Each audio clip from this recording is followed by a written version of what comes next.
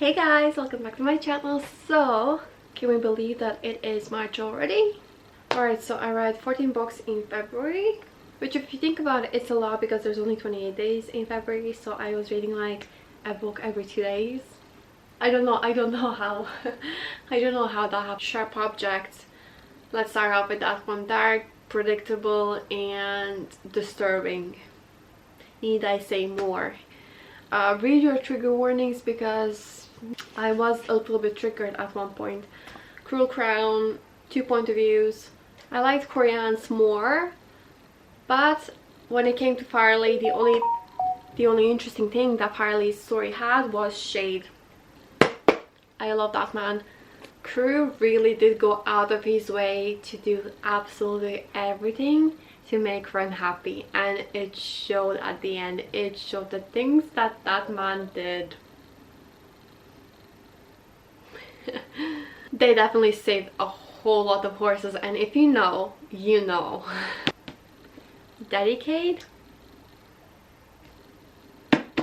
This just might be my favorite one in the whole series. I mean, this is only a second book in the series, but really great. Along with You in the Ether. So it was just the most poetical, lyrical, most intense, beautiful book that I've read, like, ever. Like, I'm not even exaggerating. Like, the way that this book was written, it's a masterpiece, absolute masterpiece. I haven't highlighted a book as much as I've highlighted that one, and it shows. Might not be for everyone, but I really related to the book, and I just can't get that book out of my head. Like, it's my Roman Empire, and it's been weeks since I read it. Weeks. But it's a love story, not a romance book. The way that I can describe it, it's Romeo and Juliet is a love story. Do with that whatever you will. So this was just so cute and fluffy and giving me major 2000s movie vibe, rom-com vibe. So it had no spice at all whatsoever, but tell me why, I really didn't mind. It was just so refreshing, but not every book needs one.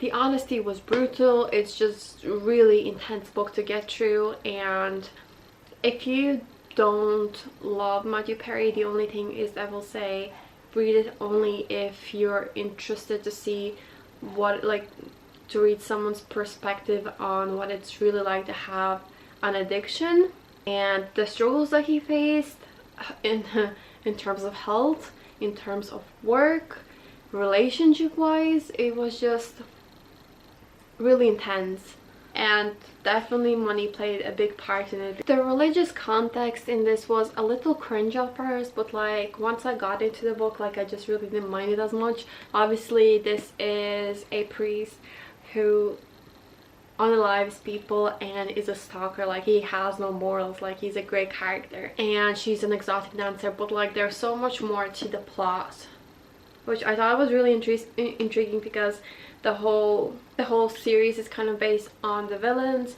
and this is supposed to be a retelling of The Hunchback of Notre Dame. It was supposed to be sad and emotional, but it just felt too long for what it's supposed to be, and so because of that, I didn't really do what it's supposed to be for me.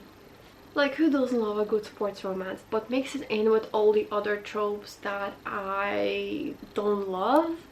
So we're gonna have a problem. Houston, we will have a problem. The whole love triangle thing just wasn't it for me. Yes, I loved Noah. Yes, Noah. I love Noah. And he's the only character that... Okay, Mason. I love Mason's character. But apart from that, all the other characters... No. Again, felt a little too long for what it was.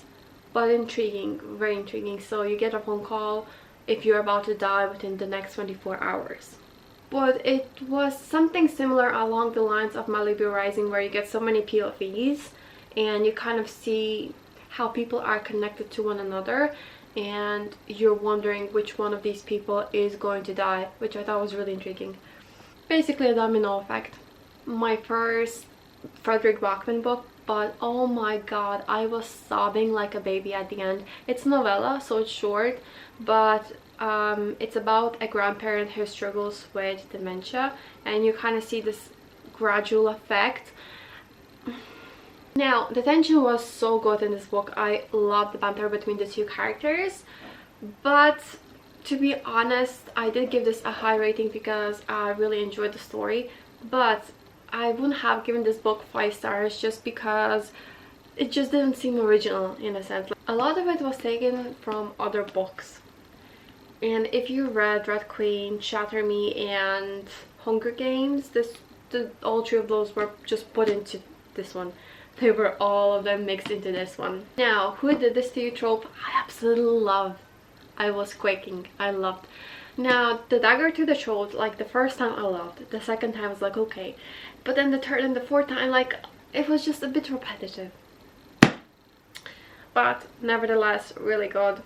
Especially for a YA, this was really good. I'm excited for the second one now.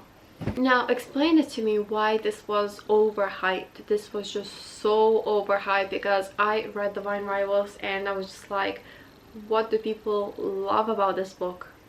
It didn't seem anything extraordinary. The first half of the book was slow, the second half was rushed, and the whole gods concept was intriguing. So this had so much potential, and two